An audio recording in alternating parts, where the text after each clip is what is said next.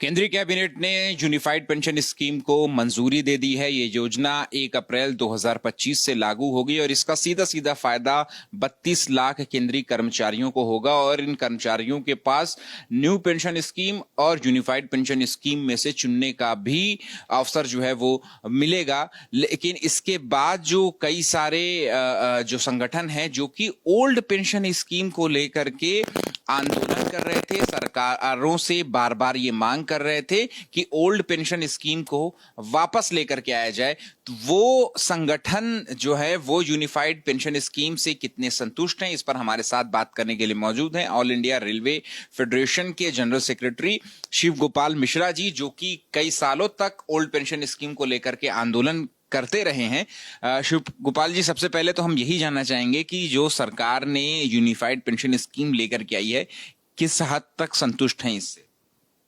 देखिए, ये जो सरकार ने कल फैसला लिया है यूनिफाइड पेंशन स्कीम लाने का, तो वो एक तरीके से हमारी जो नेशनल काउंसिल जेसीएम के स्टाफ साइड के लोग हैं उनसे काफ़ी लंबे समय तक डिस्कशन के बाद ही किया है। सोमनाथन, हमारे आंदोलन को देखते हुए, मद्देनजर रखते हुए ही सोमनाथन जी की अध्यक्षता में सरकार ने कमेटी बनाई। उस कमेटी ने भी बराबर हम लोगों से इंटरेक्शन किया और बहुत सारे जो हम लोगों के सुझाव हैं उनको मानने का भी काम किया। तो जहाँ तक संतुष्टि का सवाल है, हम लोग तो जो इसके नेगोशिएशंस में रहे हैं, ख़ास तौर पर नेशनल काउंसिल जेसीएम की स्टैंडिंग कमेटी के लोग, वो पूरे तौर पर इससे संतुष्ट हैं और इसलिए भी संतुष्ट हैं कि जो 32 लाख केंद्र सरकार के कर्मचारी हैं, जिनमें आज करीब 23 लाख लोग नई पेंशन सिस्टम में आ गए थे, उनको जिनको 4,000 रुपये पेंशन मिलती थी रिटायरमेंट के समय पे, 5,000 रुपये पेंशन मिलती थी, 50,000 रुपये पाने वाले व्यक्ति को 5,000 रुपये पेंशन दे करके घर भेजा जा रहा था। तो ये एक तरीके से लोगों को जिंदा रहते हुए मार देने वाला सवाल था। तो इसलिए हम लोग इसको जीवन मरण की लड़ाई समझ करके लड़ने का काम कर रहे थे। अभी सरकार ने जो हमारी मूल मांग थी कि हम आपको सैलरी का 50% जो है वो पेंशन देंगे और उसके ऊपर डीएनएस रिलीफ देंगे, तो मैं समझता हूँ कि ये डिफाइंड पेंशन सिस्टम ही हो गया है और इसमें और ओपीएस में कोई फर्क नहीं है। इसके अलावा सरकार ने यह भी मान लिया है कि जो अगर पेंशनर्स की डेथ हो जाती है तो हम 60% पेंशन का जो है उसके जो है फैमिली को भी देने का काम करेंगे। मिनिमम पेंशन पहले 9,000 रुपये मिलती थी, उसको 10,000 रुपये कर दिया, उसके ऊपर डीएनएस रिलीफ मिलेगी। जो लोग 1 जनवरी 2004 और 1 अप्रैल 2025 के बीच में रिटायर हो गए हैं और जिनके लिए भी ओपन कर दिया गया है कि उनको भी हम यूपीएस में ला करके और उनको भी वही लाभ देंगे जो यूपीएस के कर्मचारियों को 1 अप्रैल 2025 के बाद मिलेगा।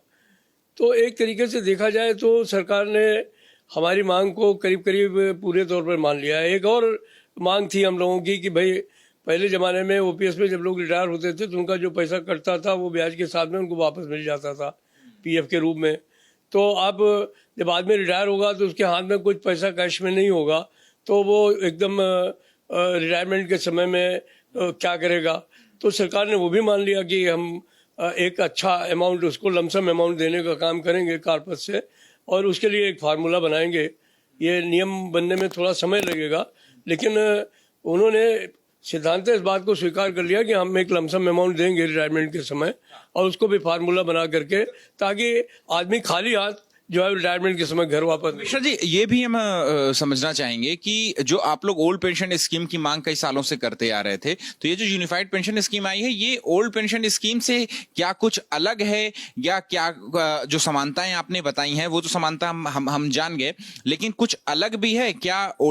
अगर इतनी ज्यादा समानता है तो फिर इसको ओल्ड पेंशन स्कीम ही क्यों नहीं लेकर के आई सरकार? देखिए, अलग की जहाँ तक बात है वो ये ओल्ड पेंशन स्कीम से इस मामले में अलग है कि ये कंट्रीब्यूटरी पेंशन स्कीम है। इसमें सरकार जो है उसने आज की तारीख में 18.5% सरकार का रहेगा एश्योर्ड पेंशन देने की वजह से और 10% जो है वो एम्प्लॉय का कटेगा। लेकिन एक बात निश्चित है कि जो लाभ हैं पुरानी पेंशन के वो करीब करीब सारे उन्होंने इसके अंदर समाहित करने का काम कर दिया है। But at the same time it is a contributory pension scheme और मैं समझता हूँ कि जो सरकार के ऊपर दबाव हैं, आर्थिक दबाव हैं, फाइनेंशियल इंस्टीट्यूशंस के दबाव हैं, तो उन सबको देखते हुए जो एक नेगोशिएटेड सेटलमेंट हुआ है, तो उसकी जो बेनिफिशरीज हैं ग्रास रूट लेवल पे, जो वास्तव में इसकी वजह से प्रॉब्लम में थे, वो 90% लोग अपने को जो है वो संतुष्ट पा रहे हैं और उनको लगता है, वो बड़ी खुशी के माहौल में है कि चलिए, हमारे लिए ये तो एक स्वप्न ही था कि सरकार जो है वो हमारे बारे में सोचेगी, लेकिन प्रधानमंत्री जी ने स्वयं संज्ञान लिया, उन्होंने बुलाया, बातचीत की और जो है वो कुछ इसको और इम्प्रूव कराने का काम किया।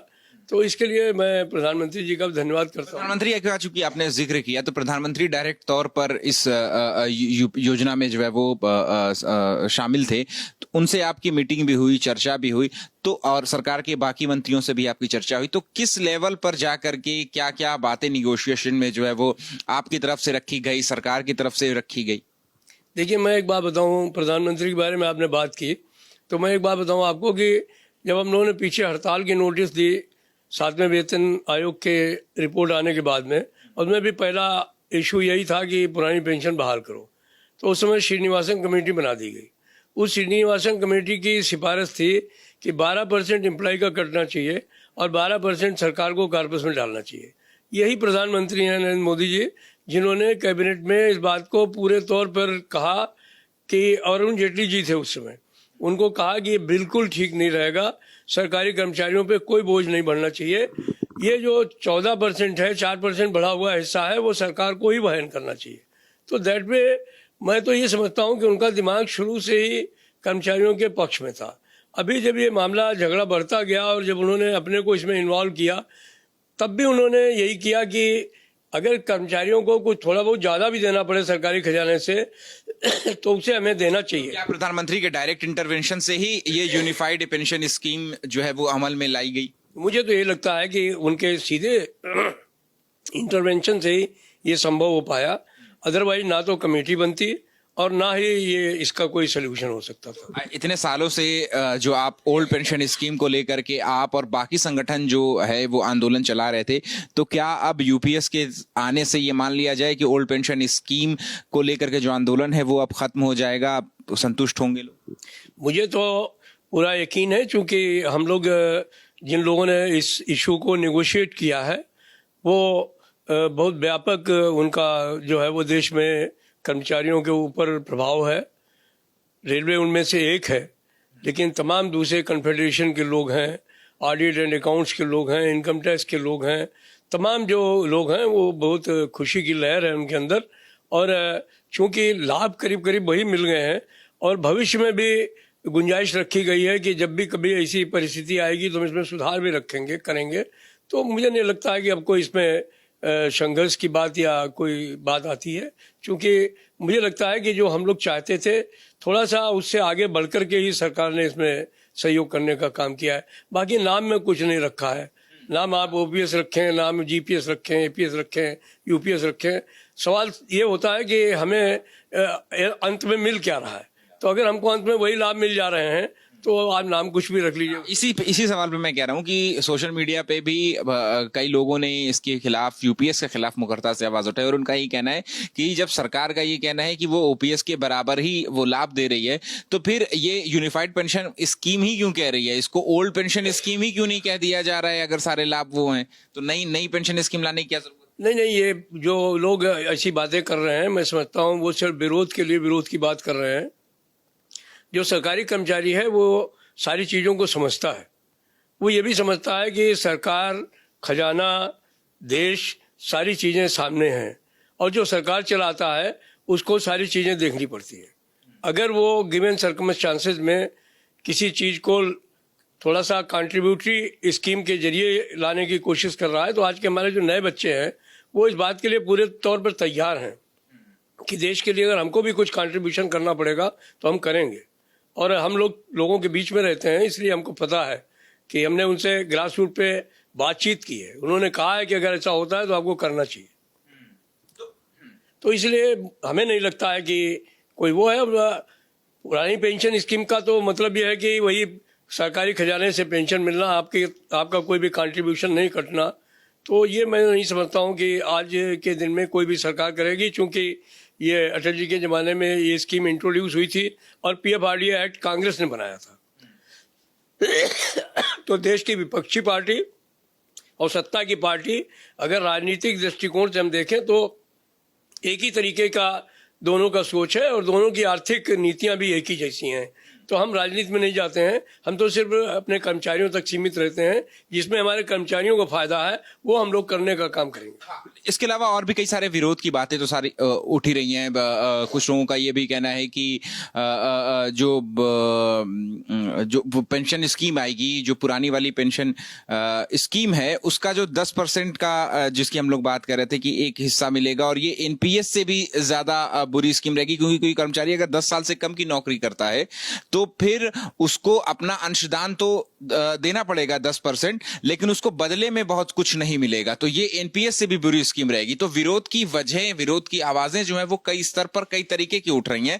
लेकिन क्या अब OPS की मांग को लेकर के जो आंदोलन देश भर में कई सालों से चलता आ रहा है, क्या UPS के आने से ये मान लिया जाए कि अब ये आंदोलन खत्म हो जाएगा? देखिए, जहाँ तक सवाल मिनिमम पेंशन का है, मिनिमम पेंशन के बारे में भी सरकार का रवैया काफ़ी लचीला रहा है। अभी तक जो पुरानी पेंशन स्कीम थी उसमें 9,000 रुपये मिनिमम पेंशन का प्रावधान था, उसको उन्होंने बढ़ा करके 10,000 रुपये कर दिया। उस पर भी डियरनेस रिलीफ मिलने का काम होगा। बाकी जो 25 वर्ष की सीमा उन्होंने तय कर देने का काम किया, उससे नीचे के जो लोग हैं उनको प्रोरेटा बेसिस पर पेंशन मिलने का काम होगा।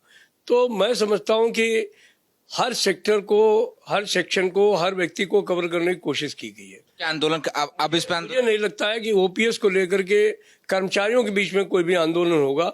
हाँ, जहाँ तक राजनीतिक विचारधारा के लोग हैं वो हमेशा उनके अंदर अंतर्विरोध रहे हैं, और वो अंतर्विरोध जो है वो अपने स्तर पर आपको आने वाले समय में भी दिखाई पड़ेंगे।